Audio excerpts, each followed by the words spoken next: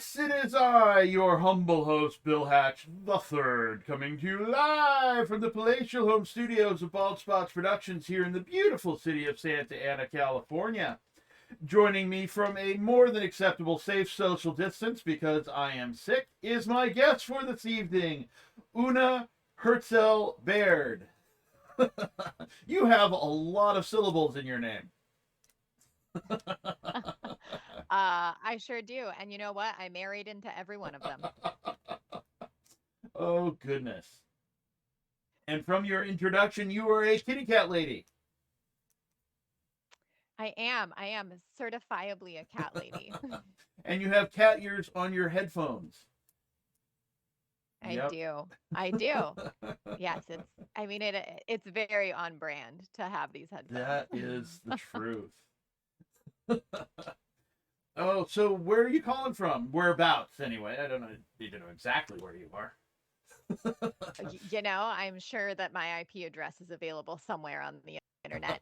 I am in lovely, cozy Indianapolis, Indiana. Oh, okay. You're not far from my sister and her family, where they just moved to. I don't remember the Oh name yeah? of the city, but they're just outside of Indianapolis. Yeah, okay. So, So one of the vills. yes, one of the Bills. So wow, okay, so you're Central Time Zone, right? Oh, Eastern. you are We're Eastern. actually You are Eastern. Eastern. Okay, Yeah. I can never get the time zones right. Well, and I think that like as you get closer to Chicago, it is central and it's just I've time zones are not my friend. I literally always have a tab popped up that I can look at all the different time zones and know. So, Yeah, yeah. I had a guest. Actually, our the other guest who was supposed to appear this evening was UK time zone. And I had another UK guest not too long ago that we got the whole thing confused. And it turned out that he was going to be on a plane during the time that he was supposed to be on the show. And so we ended up having to reschedule completely. yeah. But So like in a former life I worked for a translation agency, and so because I worked internationally there it was you had to always use time zones. You could not assume anything about locations or availabilities. So yeah. time zones and holiday calendars, like those are the perpetual tabs open on my computer. Okay. So what languages do you speak? Well, so I didn't actually work as a translator, Oh, although okay. interestingly enough, it is kind of how I got into the company that I worked for because I'm originally from Bosnia. Oh, okay. And so I moved from Sarajevo to Indianapolis 20 something years ago, more than Wow. that now, but I've lost count. And so I had that as a second language and was able to start interpreting. Had one job and then I got hired on to do something totally different. But it's kind of how I got my foot in the door with this more rare language, like not super rare, but just not Right. as needed in our area. And so the rest is history. Wow. And now you speak cat. Yep. Yeah. So how Yeah. did you get Fluently. into Like, now what first off, what is a cat claw cap? Or wait a minute, am I even saying that right now? yes. Yes. I know it's a lot of, so I get Yes. so the claw caps and things as well, which is fabulous. But I really like to focus on the felines. Um, Okay. and so the claw caps, they're basically like little vinyl or plastic uh, covers for pet claws. That way, they're not scratching up Okay. furniture or Right. faces or other pets. I had a friend who their dog lost an eye to the cat claws. Oh And so goodness. these caps are one of the ways that people can try to prevent that. Because, cats are quite fond of their claws. And generally, more Yes. and more these days, we're seeing a lot of cities and states trying to outlaw declawing of cats. Right. So this is one of the ways that it's a little bit more sustainable and maybe people can live with better than just saying like, well, I get to have crappy furniture for the next 15 years because I have I have a cat. Right. Um, yeah, and we had a cat who had terrible, terrible overactive earwax glands and would just scratch his ears bloody. And so finally, one day we were like, all right, we're going to give this a try and see how it goes.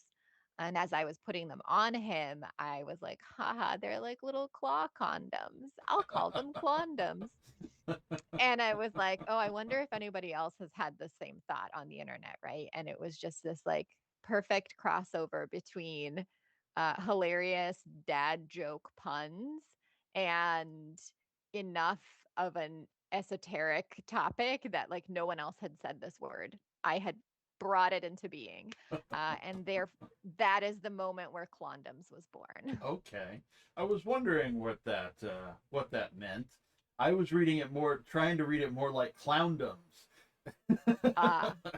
And that must be how we keep clowns from reproducing. Uh, Oh, do they need any help?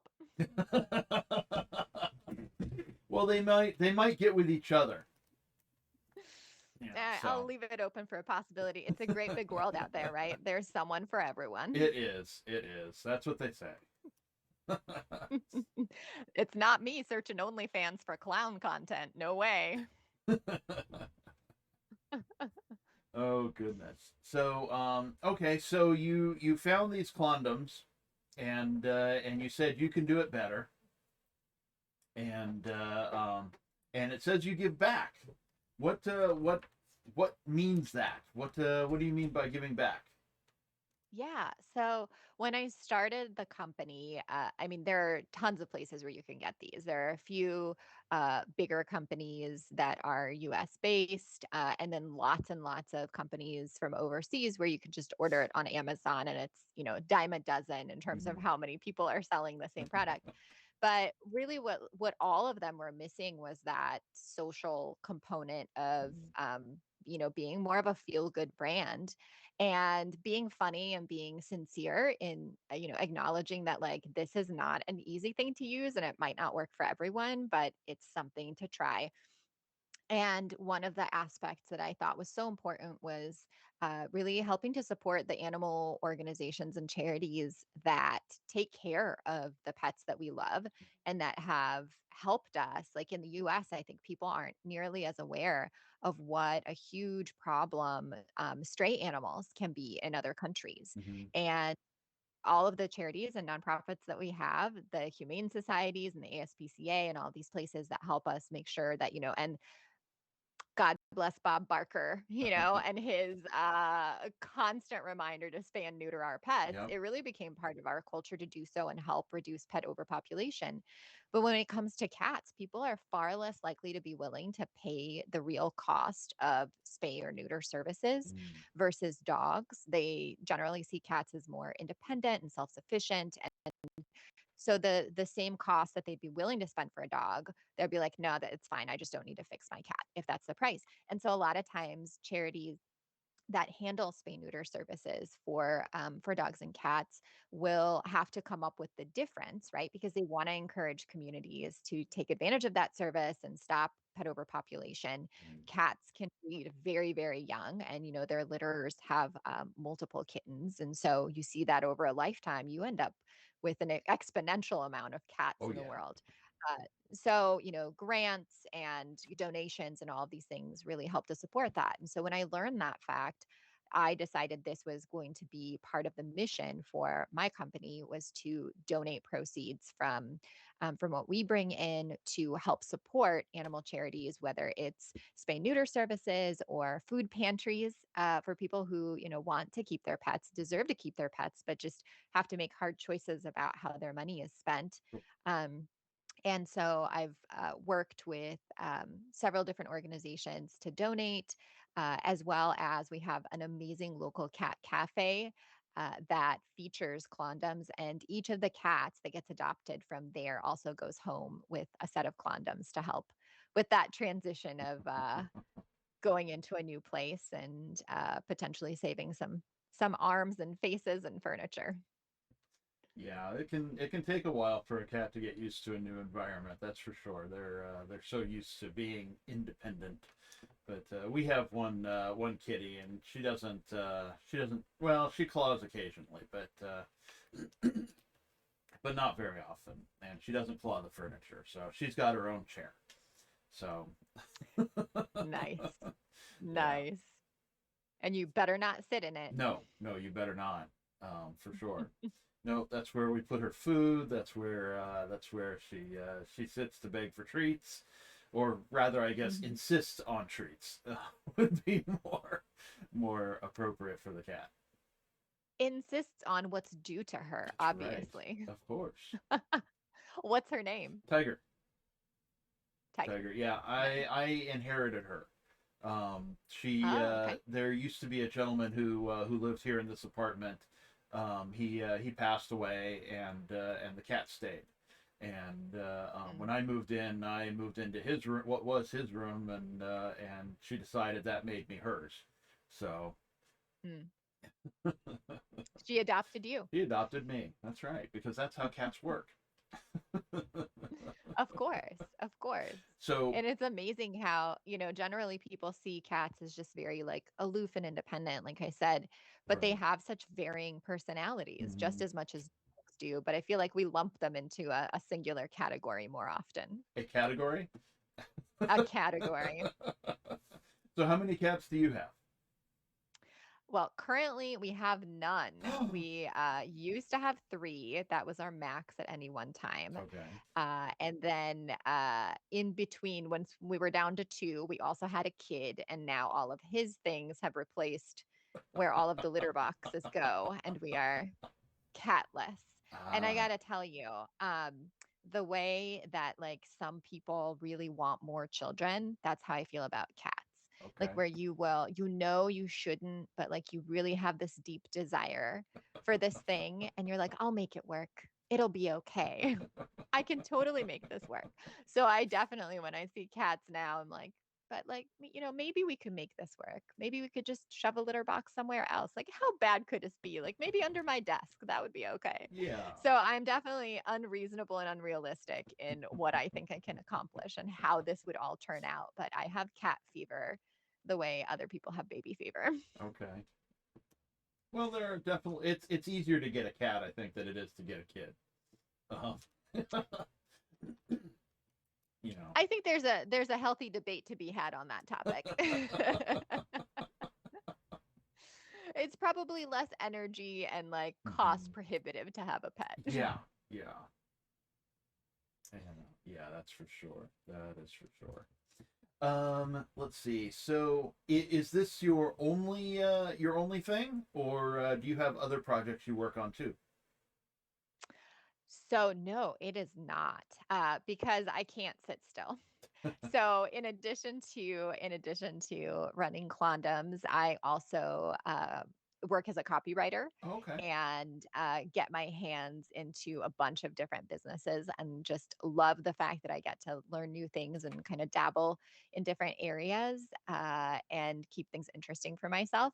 And then because you just can't possibly have more work to do in a day, I Right. also homeschool.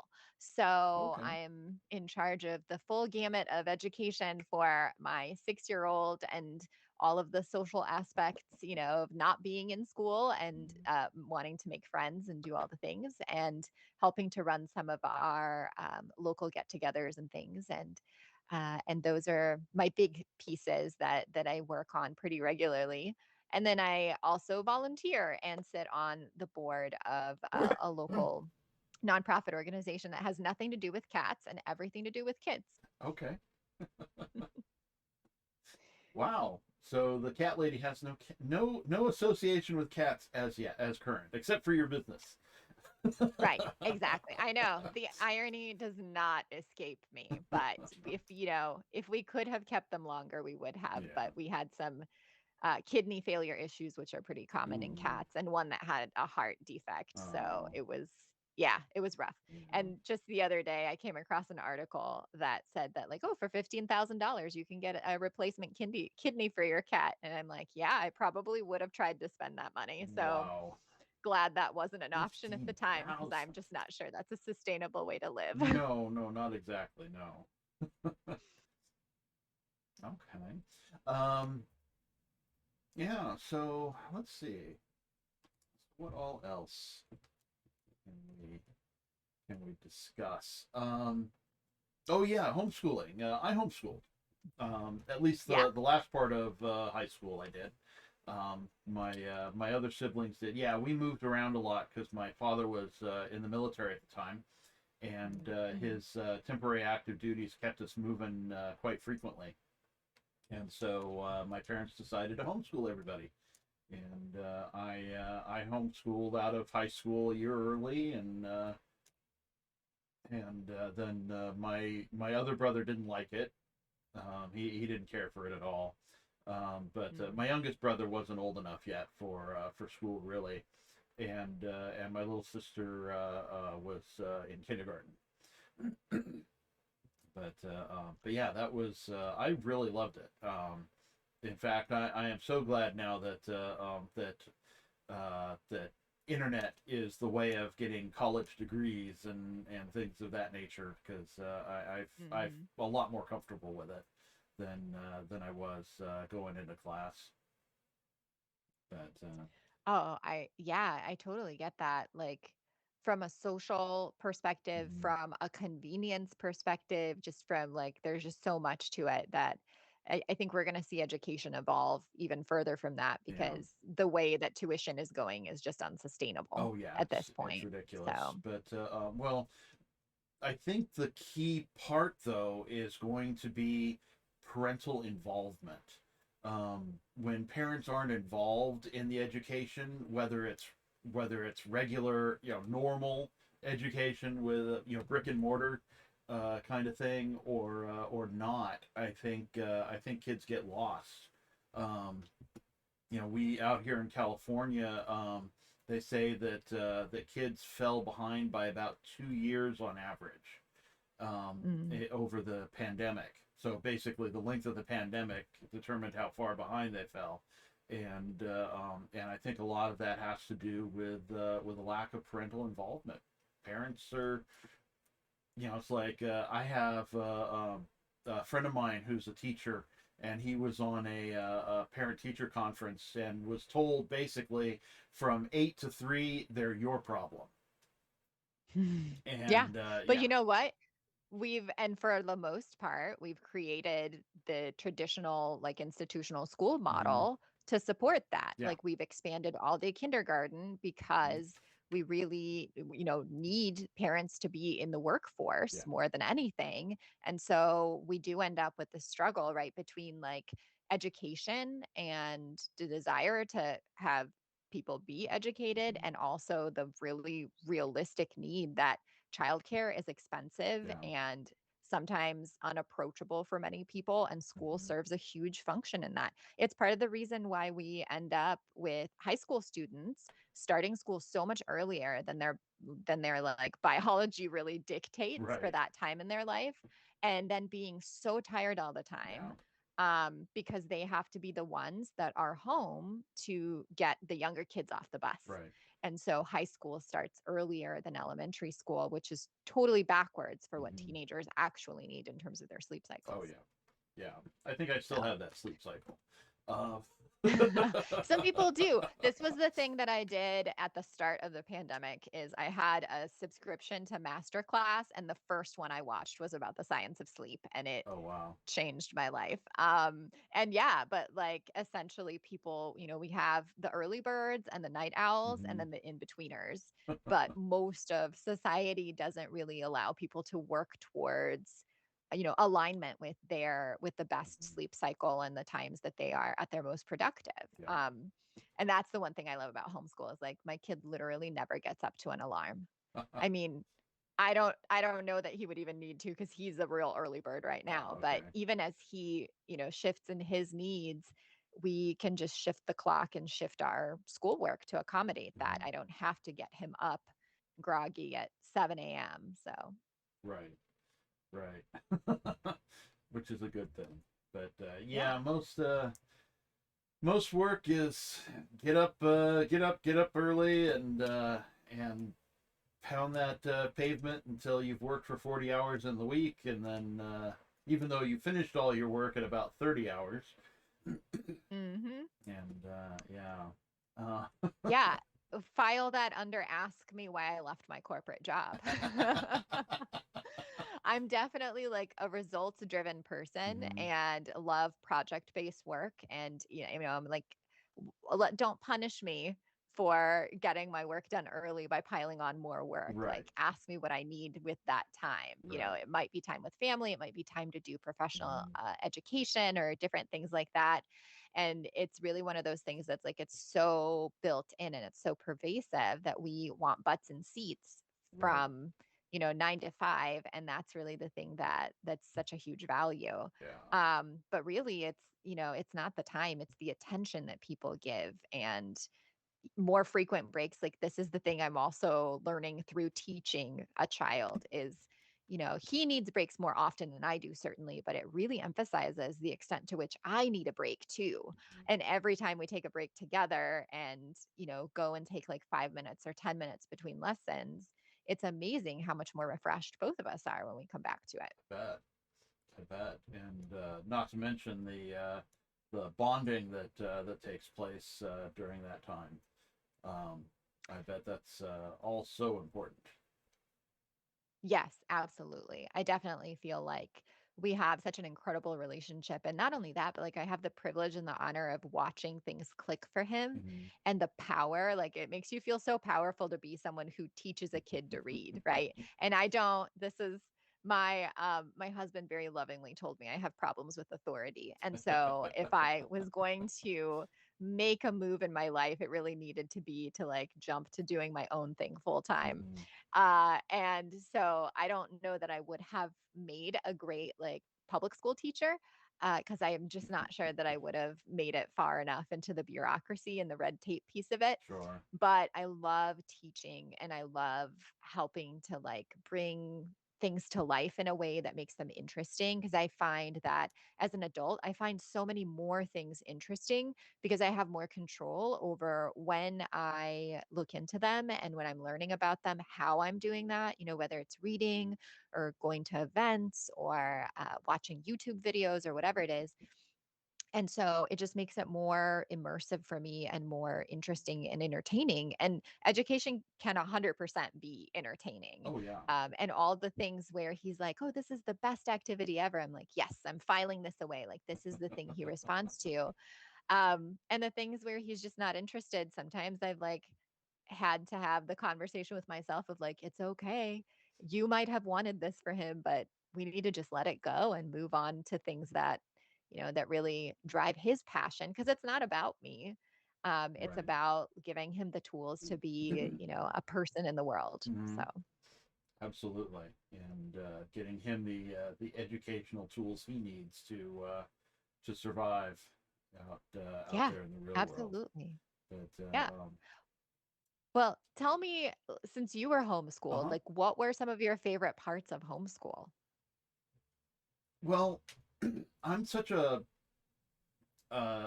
broad thinker, I guess, because I enjoy learning all sorts of different things. It was probably the thing that I enjoyed the most was probably um, the time freedom. I Mhm. could decide that okay, it's time for PE, so let's go swimming. When I decided it was time to go swimming, as opposed to, it's like, oh, I got to sit in this class for this time. Um, but also, and being able to decide, okay, yeah, I know it's 10 o'clock at night, but I feel like doing math. Uh, Mm. so, Mhm. um, and being able to go about it at my own pace, my own whims, if you will. And I'd always been that way. I'd done independent studies before, back in middle school, and so and that was dangerous because I'd always push things to the last minute. But still, I managed to get it all done in time, and that was fun doing it, even though it was in a brick and mortar regular school. Um, being able to essentially set my own schedule and do my own things. That one was fun because we got to do what we called store days, and we could create things that we could sell to the other students. We could make a store and have things, create things and sell them to each other. And there was a money that we used within the classroom.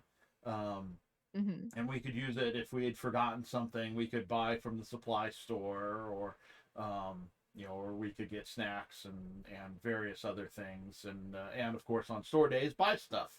Um, I ended up buying my first comic books that way. But a thing I still collect. But yeah, and so yeah, the freedom. I think the freedom was what to decide what I was going to do next Hmm. was probably the most important thing in homeschooling to me, and it's still the most important thing as I do my work. I joke around and say I have four different businesses, which is kind of true, but really it's more that I get bored with one thing and have to switch to another.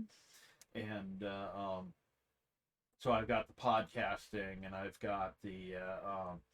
got my leadership development. I'm working on website development now too, and darn, what's the other thing? Um, I don't remember what the other thing is now. My brain is It'll come sick. to you. uh, let's see: leadership I development, website development, podcasting, and Insurance. insurance. There we go. Thank you. That was the disembodied voice of Rudy, my friend and brother in Christ. Hello. He happens to be in the room. He's playing a video game right now. Nice. So Insurance is one of the many things I have also done as a ah career in okay. my life. Yeah, I'm So working I on I'm love working on that. Yeah. final expense insurance right now. Oh, okay. Yeah. Yeah. Yeah. Oh man, that brings back some memories. Thanks for that. I kind of like it a um, little bit, getting to help people figure out what they need out of life and how to get it. I think that's kind of what a lot of everything has to do with a bit is that very thing. mhm. Talking to people and getting them what they need. Yeah, But absolutely. yeah, It's such a huge part of any business, hmm right? Getting them what they need or what they want. right. I came across another copywriter, and her name escapes me right now, but she had posted on Instagram about like it's okay for your business to be wants based. Like this isn't a bad thing. There are people who are going to want this specific thing. Like Hmm. we can have joy in our lives and just want things in addition to needing things, right? Oh yeah. So, and I felt like I was like, oh, I needed to see that. I needed that permission, right? Both to be okay with wanting things for the joy of it and also being okay with like understanding that not every business is going to be, needs based. Some of it is just, for the joy of joy. And I think Mhm. so much of that also can help spark creativity.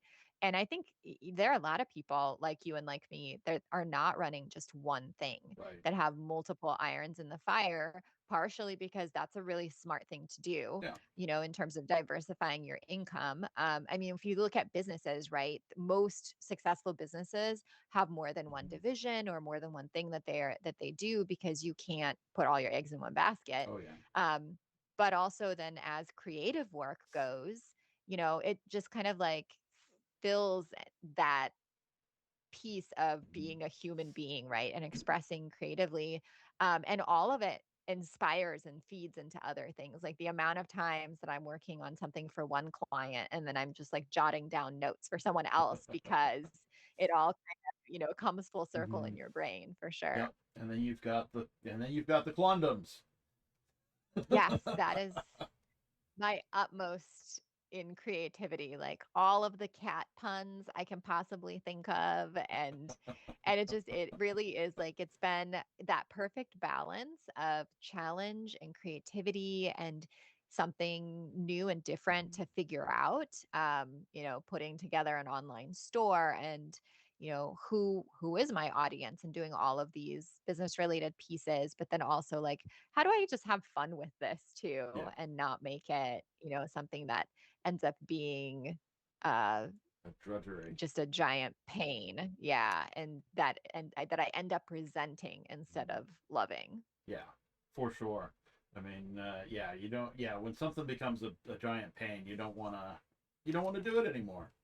And it may be something people rely on, like with the condoms to keep the cats from clawing their furniture or their dog's eyes out. That Yeah. that's yeah, that's just scary because we also have two dogs, but Ah, two little dogs, and one of them is afraid of the cat. that's a And smart decision. yeah, yeah. Although she shows it in really weird ways because she likes to hide her treats, and when the cat comes around, she digs the treats out and starts eating them all. Okay. Weird flex, but all Yeah, right. yeah. And but the cat doesn't want the treats. The cat wants nothing to do with the dog at all. And Attention seeking behavior. She's like, I'm afraid of you, but I also kind of want your attention a little bit. a little bit, maybe. She was Yeah. both of the dogs were rescues, and Mm, I think the one that's afraid of the cat got the worst of the situation. So, mm. but yeah, um, I think that's something that's really interesting because we are so quick to allow animals to have their trauma mhm, and to be like, oh, my dog doesn't like men because she was abused by them before, or my mhm, cat doesn't like children because she was in a bad situation, in her previous home. And like, this is completely understandable. But when people have trauma, then yeah, we're like, suck it up. You need to like have everything under control mhm, and do better. And this doesn't matter. And like, don't worry about it, right? right, So right. but we're so willing to understand and forgive our animals for the same thing. Yeah, yeah, that's true. Although I try to get the dog to relax through it, but yeah, she's not having it. Uh, she's at my feet right now. So, Aw. but but yeah, um, yeah, animals are well, they're difficult to talk to sometimes. Well, they're easy to talk to, but they're difficult to understand. Um, Mhm. and so yeah, so there's so sometimes we have to put up with some things, but some behaviors. Yes. Yeah, Yeah, definitely. And they are how we get used to, talking to people who don't listen to us. that's true. That is very true. It's, like, totally fine because I have had, 10 years of owning cats where I constantly talked to someone and told them not to do something that wasn't smart for them, and they just continuously ignored me, Yep. so And now you've had 6 years of experience with a person who doesn't listen to Yes, you.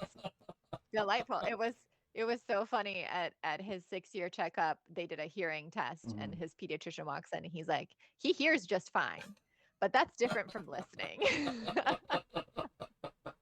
But to his credit, he is a delightful and bright child who definitely will push back on things. He wants to know Yeah. why you are having him do a particular thing, but he has also quickly learned that people have finite amount of energy, and this is one Yeah. thing that I think I'm doing different than like a lot of the parents in my parents' generation did, which Mhm. was to just be like, "Hey, yeah, I get to be a person outside of being a parent, and also I don't have endless, bottomless buckets of energy. So if it's been used up, I'm gonna go take a nap or take a break or read my book, and I can't play this game anymore."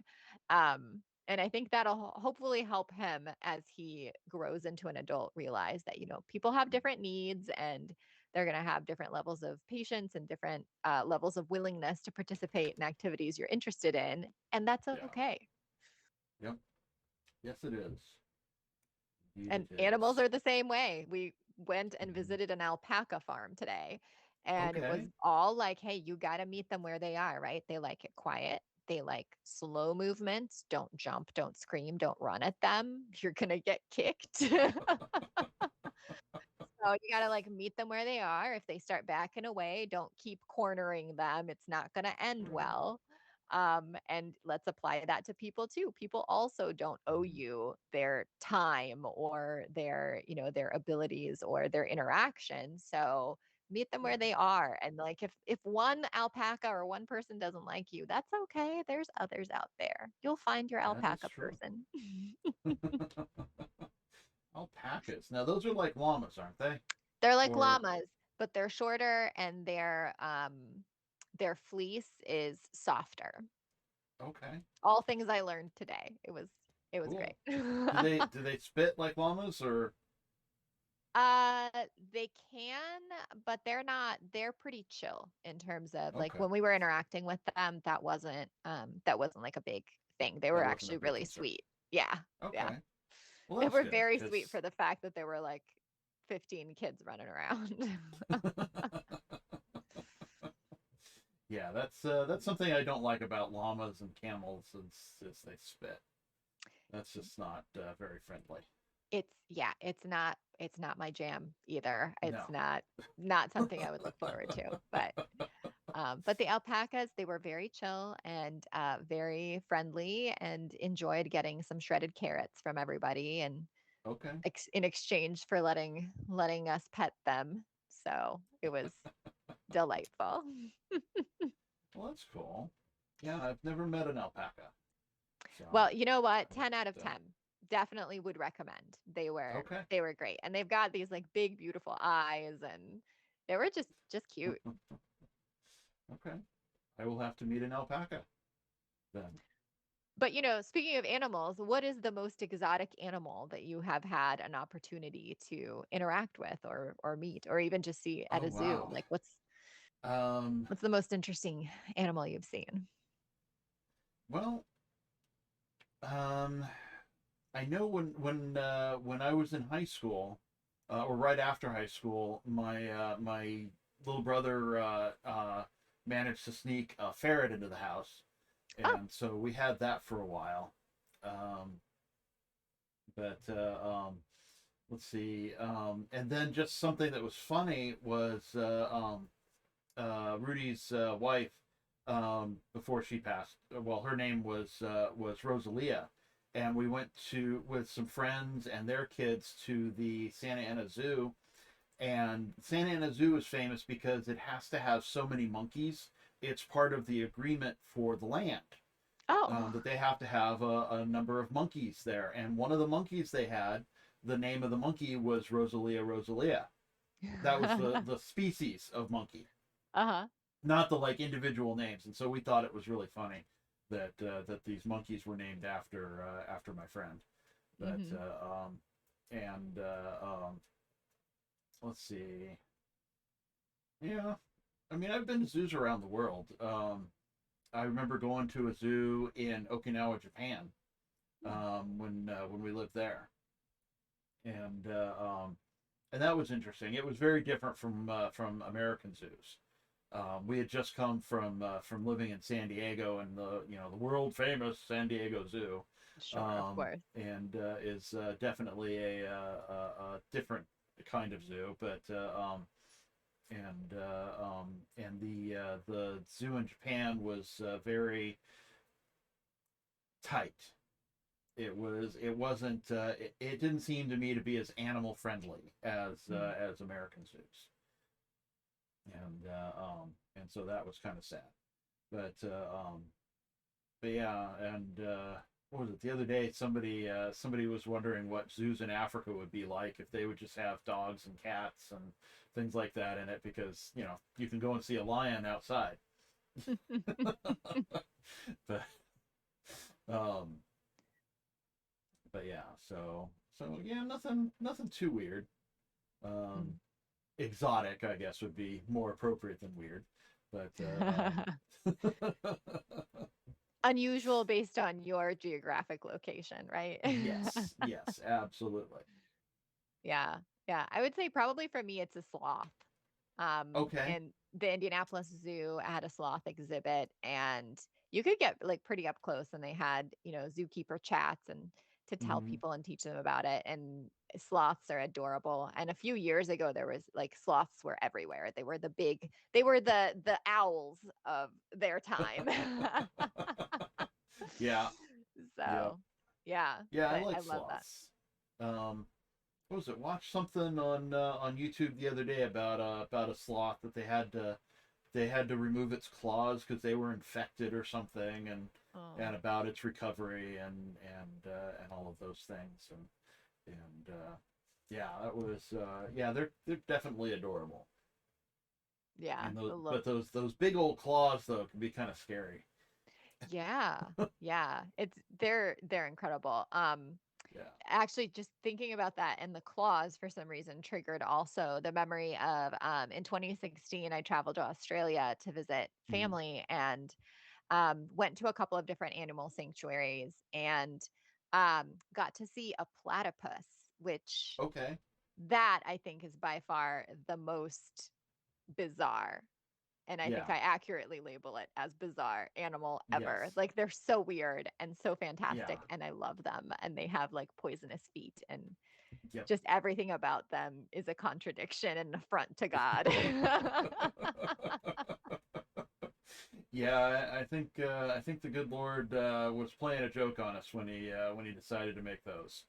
Um, yeah, a mammal with a duck bill that lays eggs, poisonous feet, and a beaver tail. Hmm.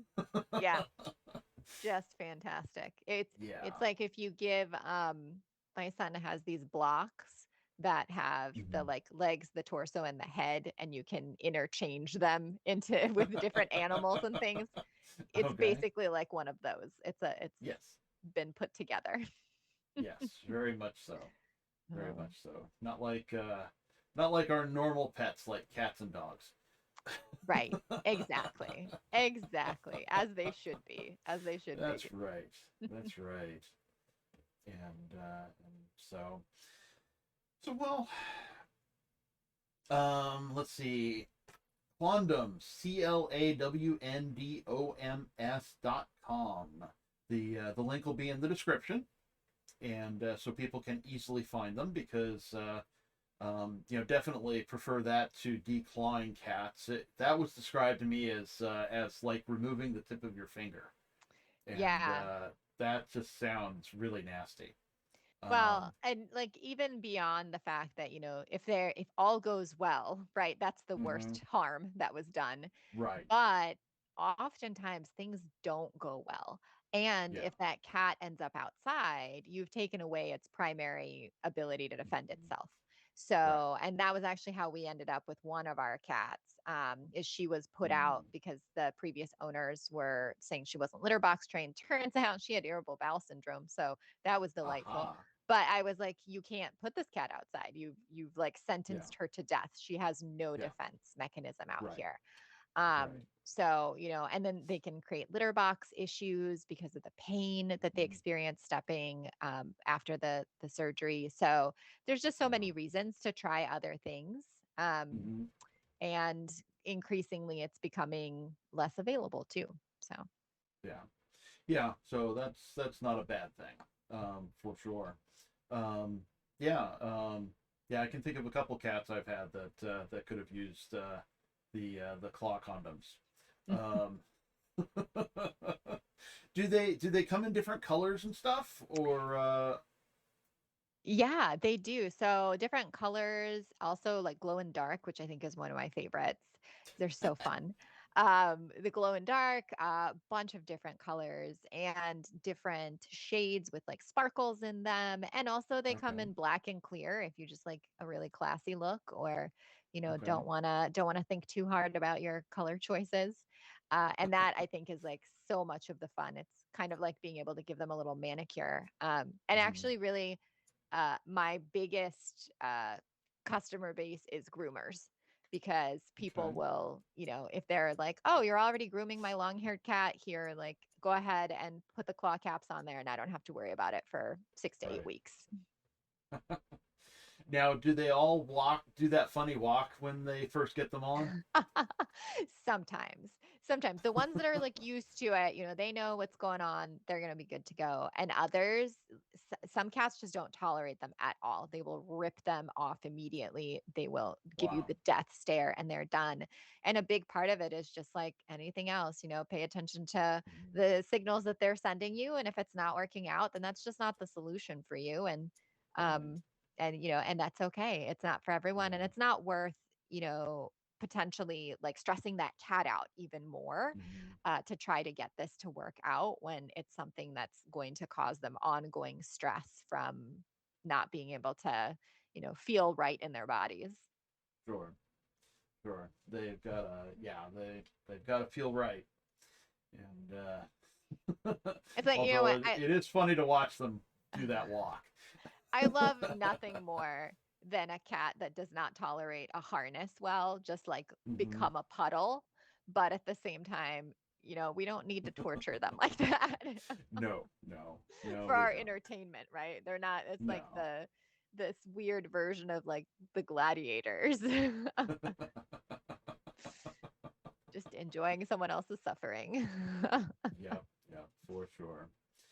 Well, I have run out of my energy for this evening, and I know it's 3 hours later for you. So I'm sure you're getting ready to thinking about recuperating so that you can get up in the morning with your son and get back to schoolwork.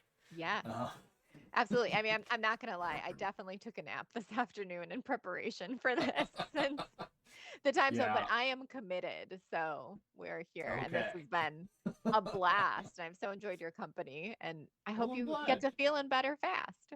Me too. Me too. Yeah, yeah, and it's been enjoyable. Certainly feel free to book another time. Be happy to have you on again. Fabulous. You've been fun. And yeah, like I said, I'll make sure that the link is in the description so people can easily find clondomsrightnow.com just as soon as they can. As soon as I can say it, clondoms.com. Yeah, I've had fun trying to say that as I was announcing your appearance in earlier podcasts this week. Just like condoms.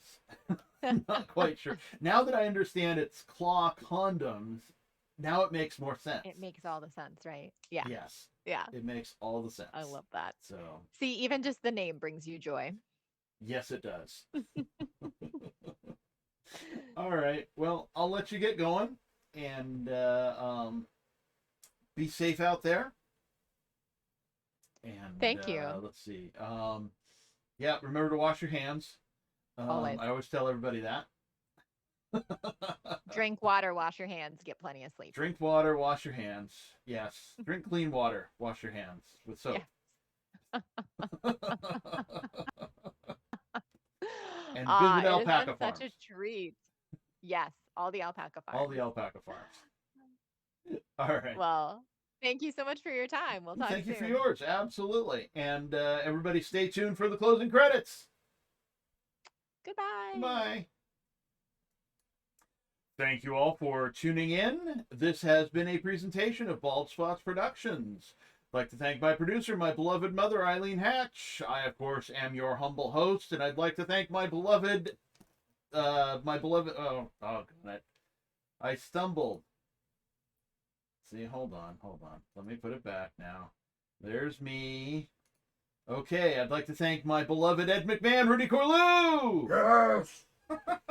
I'd also like to thank my special guest, Una Hartzell Baird, for being on the show. If you feel so led, support the show over on patreon.com at Bald Spots Pro. That's the name of the production company. Yes! Don't you dare miss YWL Online. You can find that on Facebook and across podcasting platforms everywhere.